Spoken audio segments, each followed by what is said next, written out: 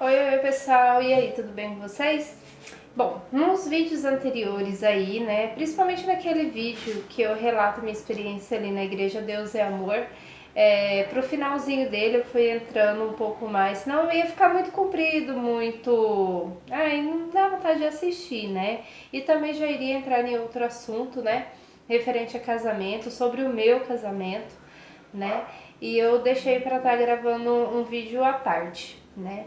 Naquele vídeo ali eu disse a vocês que eu comecei a frequentar aquela denominação devido a eu ir morar com a família do meu ex-marido, com a minha ex-sogra, com as irmãs dele, o pai, né? O pai dele não era da igreja, né? Minha ex-sogra sofreu muito com ele bebia demais. Ele, sem nenhuma bebida, ele era uma pessoa ótima. Mas quando ele bebia, meu Deus do céu, não dava, sabe? Ele jogava comida fora. Uma vez ele quase explodiu a casa, pegou o botijão de gás e tava soltando gás. A gente passei uns apuros, né? Que eu acabei morando com eles 2 vezes, né? Porque logo quando eu saí de casa, fui morar com ele, nós nos casamos. Aí passou um tempo, como eu relato naqueles vídeos, né? Que a minha história, que eu sou filha de uma mãe narcisista, me separei dele, aí morei um tempo com a minha mãe, deu problema, né? Sempre vai dar problema. Não adianta. Uma mãe narcisista, narcisista não muda, né? Mas na época eu não sabia o que era, descobri há pouco tempo, né? Aí morei com ela um tempo, não tava dando certo. Aí pedi pra voltar e ele morava com a mãe dele. Voltei a morar com o meu ex-sogro, minha ex-sogra e ex-cunhados, né? E contar um pouco da minha história, né? Do meu casamento ali. Eu sei os pontos que eu errei. Às vezes pode falar assim, nossa, você falou que sofreu algumas violências e tal, e ainda vem aqui e fala que você errou. Sim, gente, eu errei. Eu errei porque eu acho que eu comento em algum vídeo meu ali da minha história com a minha mãe que aconteceu. É que eu não detalhei lá e nem no vídeo a respeito da igreja, porque senão já ficou muito comprido, né? Ambos os vídeos, né? Então eu deixei para esse aqui agora. Então o que acontece? Logo que eu fui morar com ele, não tinha muita liberdade, isso aqui logo morava com a ex-sogra, né? Mas tudo bem, até que de certo modo, até que foi tranquilo. Quando eu fui morar, só fui morar eu e ele depois que nós nos casamos e resolvemos alugar uma casa, que foi bom pra mim que depois eu vou gravar um vídeo a respeito do nascimento da minha vida, da minha filha, oh meu Deus, que é uma obra que Deus fez, que eu falei que eu vou contar aqui, eu quero contar esse testemunho, né? É, que ficava bom pra eu passar pelo médico que eu queria, né?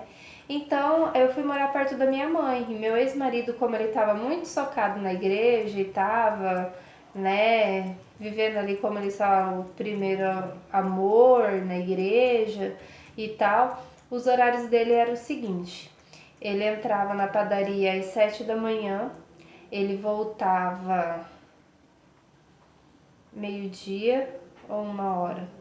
Entre meio-dia e 1 hora da tarde, aí ele almoçava, ele tinha umas 3 horas de almoço, descansava bastante, né? Dormia e voltava por volta das 4h30, 5 horas, e ali ele já ia tomar do banho e com a roupa para ele na igreja. Levava a Bíblia, as coisas dele, carteirinha de membro e tudo mais, e já ia para a igreja, né? Então eu ficava muito sozinha. Eu ficava muito sozinha, não podia ter televisão em casa, só tinha um som que ele ficava ligado lá no programa da igreja dele, né? Só que eu desligava porque eu não era obrigada a ficar escutando aquilo, né? E eu, para não ficar tão sozinha, eu me socava na casa da minha mãe. Ficava 2 quadras e meia de onde nós morávamos, né? E aí que eu acredito, né, que é todo o erro, da onde veio o erro que eu cometi e tudo mais. Eu ainda não tinha o entendimento que eu tinha do que a minha mãe é, do que ela tem, né, o narcisismo materno. E já tinha brigado com ela, saí de casa, sabia que a convivência não dava certo, Mas eu também não tinha pra onde ir, não tinha onde ficar, ficava sozinha, morava no fundo de uma casa, grávida, né? E nossa, era horrível, né? E toda mulher grávida sabe, todos os hormônios e sentimentos que a gente tem. Então eu acabava indo pra casa dela. Às vezes eu ia bem mais cedo, ficava na casa dela e de lá eu ia pra igreja, né? Aí eu voltava pra casa, mas teve muita coisa que aconteceu ali, erro dele, erro meu, sabe? E ele jogava muito na minha cara, que eu levei ele pra igreja e depois abandonei ele, não quis ir mais, ficou falando, né? Ele chegou, como eu falo naquele vídeo, ele me deixou sozinho, foi pra São Paulo pra ver o Davi Miranda, né? Ele entrava nas campanhas da igreja, que era de 15 dias, né? Ou 15 noites, quando chegava no domingo, que tinha ceia, ele ia desde cedo e ficava pra lá, ele não passava o domingo comigo, ele me deixava sozinha. Então, assim, quando ele estava na igreja, ele me deixava sozinha e brigava e falava que ele estava servindo a Deus. Quando mais pra frente, que eu vou falar, quando ele se desviou, aí é porque ele desviou e tava no mundo e tava fazendo as coisas, né? Então eu fiquei sempre muito sozinha. Aí o remédio era ir pra casa da minha mãe. Eu ia pra lá, ficava lá, nem todas as vezes eu congregava, porque eu não tinha condições, era só ele que trabalhava, pagava aluguel, tudo, né?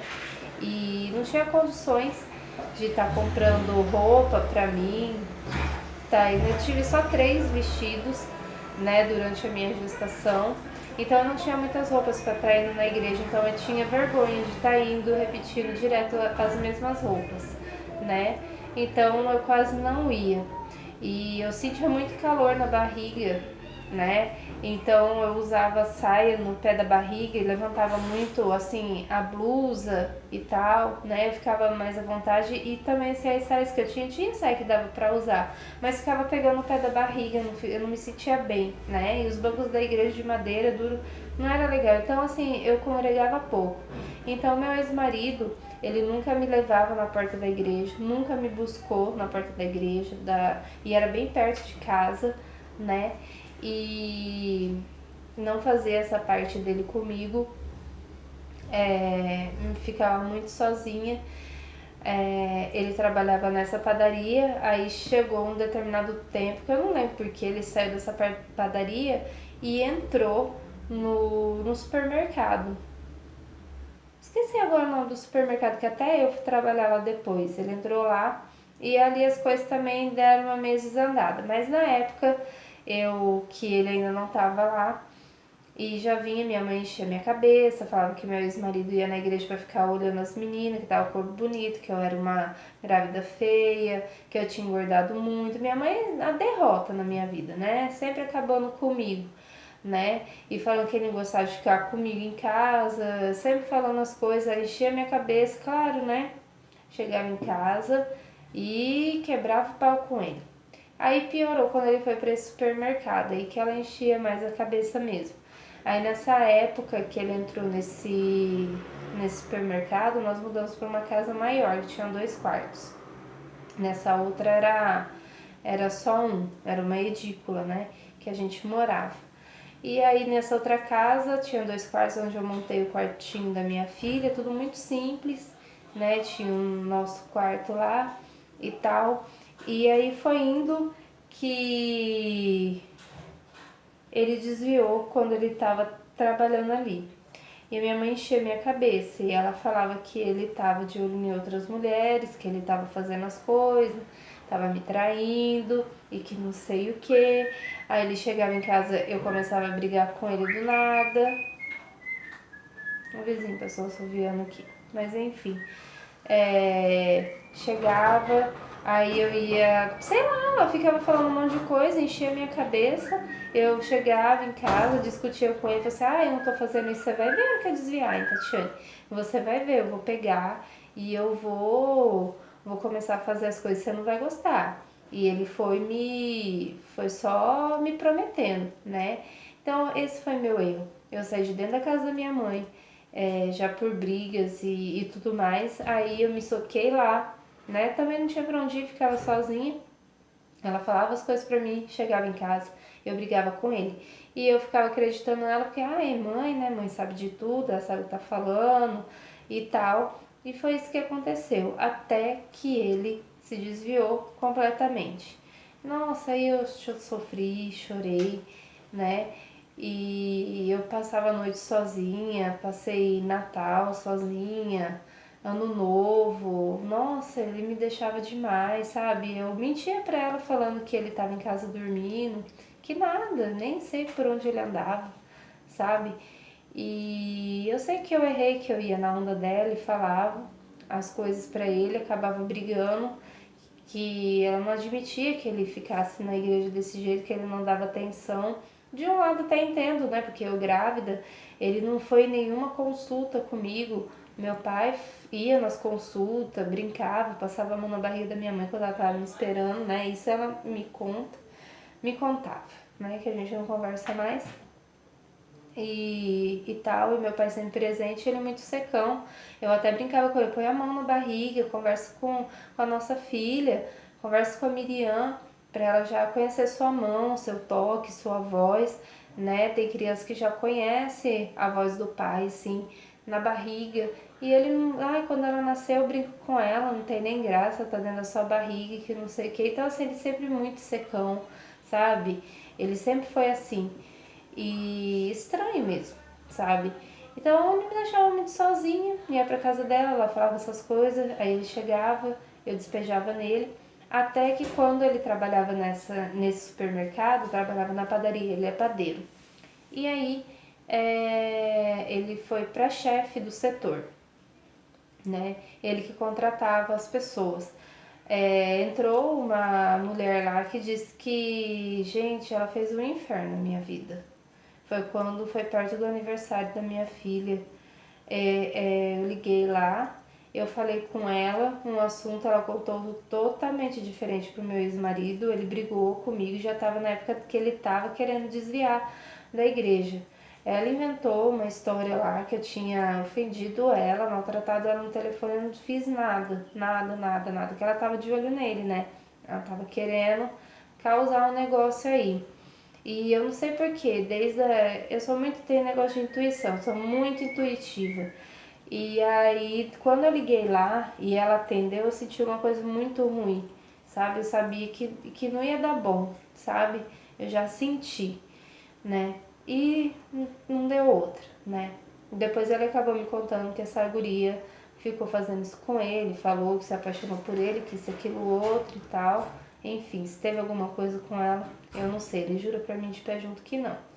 Mas chegando no ponto, né, de como eu soube da traição, ele já estava bem desviado, eu em pé de guerra com a minha mãe, ela falou umas coisas, eu não aceitava e tal, né? Não sei porque que eu passava lá, mas enfim. A gente tem uma amiga em comum e essa irmã dela trabalhou no setor da padaria lá com ele e foi quando ele estava eu tentando esconder as coisas que ele andava fazendo, de sair por aí, mas essa menina acabou contando.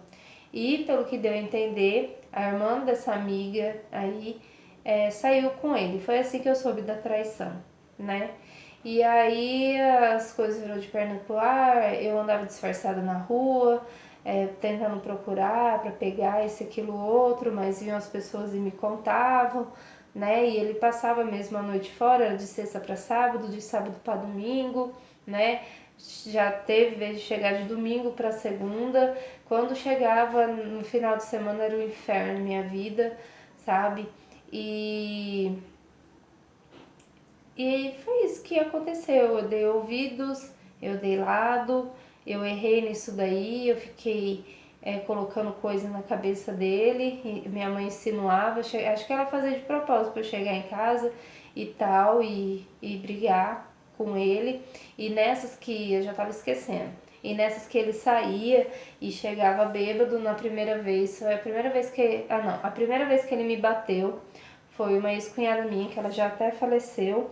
E eu lembro que a gente passou o domingo na casa dela, a gente estava indo embora e o telefone tocou lá, na casa que ela morava, que ela cuidava de um lugar lá. E a gente veio embora e tal, falou que não era nada e tal, né? E a gente foi embora.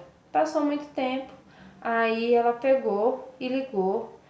Eu não lembro como que surgiu a conversa, acho que naquela época ainda não tinha celular, era só ele que tinha.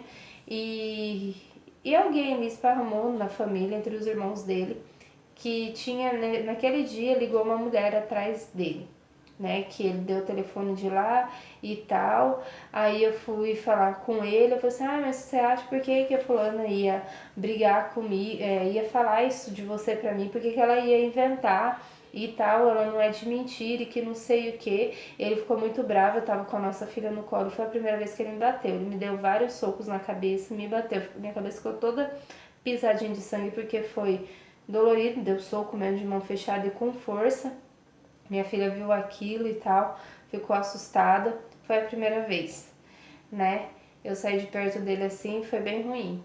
A segunda foi que ele tinha passado uma noite fora, ele chegou fazendo graça e eu dando safanão, tirando perto de mim, até que ele veio e começou a me bater e foi feio o negócio mesmo. Eu gritava e ninguém acudiu, né? Foi a segunda vez que ele me bateu. A outra vez que ele me bateu, ele me deu um empurrão. A gente tinha recém, acho que chegado, que a gente foi pra casa do meu pai. E aí a gente chegou e o tanquinho tinha estragado e a gente ia sair pra comprar um outro tanquinho. Aí nisso bate no portão dos amigos dele, ele tava se arrumando, me arrumei, falei, nós vamos ir, que não sei o que, vamos, que não sei o que, dei banho na nossa filha, me arrumando tudo e ele me fez de besta. Pegou e eu falei, mas o guri tá aí te chamando e você vai sair, você não vai sair comigo, você não vai resolver as coisas daqui de casa, que não sei o que. Aí eu falei as coisas na frente do outro, aí ele falou, que não sei o que, e foi embora. Você me fez passar vergonha na frente do meu amigo, que não sei o que e tal. E ele me deu um empurrão, um safanão, que eu fui com tudo pra parede. Eu não lembro como foi. A nossa cama era uma daquelas camas antigas que tinha cabeceira. Sei que ele me deu um empurrão, cortou aqui minha orelha. Eu lembro que eu fiquei toda roxa desse lado e sangrou muito. E ele ficou morto. Não chama a polícia, pelo amor de Deus. E sangrando e que não sei o que, não faz nada e tal, né? Sofri aquela violência que eu contei aqui, que ele me pegou à força. E a outra vez que ele me bateu, eu já tinha morado com a minha mãe, voltado com ele. E ele chegou bêbado, zoado também, e a gente caiu nos tapas. Eu lembro que eu arranhei o peito dele, quebrei unha, dei um tapa na cara dele, me deu vários socos. E eu fiz menos do dia que ele me pegou à força. Mas as outras vezes eu fiz boletim de ocorrência, até que antigamente era assim, 3 ia parar na polícia. Aí eu fui lá, conversei e falei assim, olha, eu não quero que ele seja preso, nem nada, mas que ele passe por um psicólogo, converse que não sei o que. Aí ele aí chamaram ele lá, ele falou assim, você tá me chamando de doido, que não sei o que, ainda veio dizer pra mim que o povo lá da delegacia deram razão pra ele e não me deram razão e que não sei o que, sabe? Então foram essas coisas que eu passei dentro do casamento, né? Às vezes a gente ouve as pessoas de fora e a gente acaba as coisas dando errado na vida da gente, né? Eu sei que eu errei em ter escutado a minha mãe quando ainda não acontecia nada, né? Eu acredito que uma vez ela se meteu por causa de um bicama, por causa de um sofá. Um dia ela foi dentro de casa, foi falar com ele, bateu na mesa, lá foi dar ordem, foi falar as coisas, sabe? Então colocar pessoas de fora dentro do casamento da gente, pai, mãe, irmão, vizinho, amiga, sabe? Não é legal, não é certo, não é correto. O casamento é constituído pelas duas pessoas e depois pelos filhos que vêm, né? Eu sei que vocês podem falar assim, nossa, olha a voz dela, como tá contando, parece chateada e tal. Eu fico chateada pelas coisas que me aconteceram, né? Porque eu sofri bastante. Eu fui imatura, eu não tinha discernimento, sei lá, né? Não agi corretamente, né? Não tive sabedoria, né? Eu não soube pegar as rédeas do meu casamento. Fui morar perto da minha mãe, uma pessoa que sempre deu problema a vida toda, e acabei saindo de casa por causa dela, por briga dela, ia me socar dentro da casa dela, mas eu também não tinha alternativa. Aquela situação, se correr o bicho pega, se ficar o bicho come, foi o que eu vivi e acabou indo, né? Fui dando ouvido a ela e foi indo. E eu chegava em casa, brigava com ele foi indo, ele foi me prometendo que ele ia desviar e que se ele desviasse, ele ia ver o que ele ia fazer comigo, o que ele ia aprontar comigo. E realmente o que ele fez, quando ele desviou, ele realmente cumpriu com aquilo que ele prometeu, né? Então eu deixo aqui de exemplo para vocês, tá? Eu acho também que as coisas acontecem porque tem que acontecer, né? Eu acredito muito que tudo tá tudo escrito, que a gente vai passar, apesar que a gente tem as rédeas da nossa vida em nossas mãos. Eu acredito que quando Deus tem para nossa vida, eu acredito que existem vários caminhos que ele traçou. E sabe aquelas portas? Se você abrir aquela porta, você vai ali. Se você abrir essa, vai. Sabe? Eu acredito que na nossa vida é assim. Então eu fui abrindo as portas conforme as coisas foram acontecendo, fui pegando esses caminhos, que quaisquer um deles já estava escrito que iria acontecer, e deu no que deu tudo isso daí. Eu fico chateada por eu ter passado por isso, por não ter aberto os meus olhos, mas no dia que eu fui casar com ele, eu tive esse pressentimento, se eu queria ou não, e eu sentia, eu quase falei não, sabe? Na hora de assinar ali, eu quase ainda demorei para falar sim, eu quase disse não, né? Mas acabei falando sim porque eu tava com uma criança na barriga e acabei falando sim, né? E tal. Mas eu poderia ter feito diferente? Poderia, né? Mas acredito que tudo acontece porque teria que acontecer e teria que ser assim. Eu falo com pesar pelas situações que eu passei e que eu vivi. Não que eu queria estar com ele até os dias de hoje, porque isso não, né? Eu não gostaria mesmo. Eu saí de casa, ele foi um refúgio, sabe?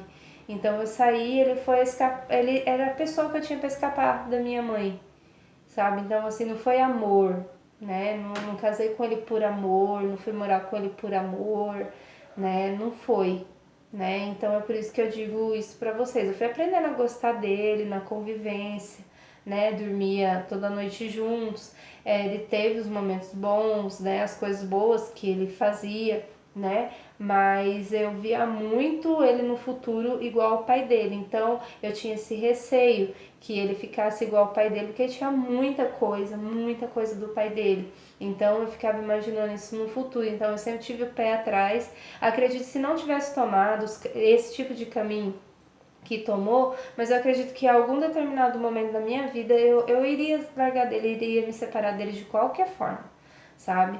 Porque eu vi as atitudes do pai dele e tal, mas enveredou para esse caminho. Fico triste porque eu sofri vários tipos de agressões durante o casamento, né?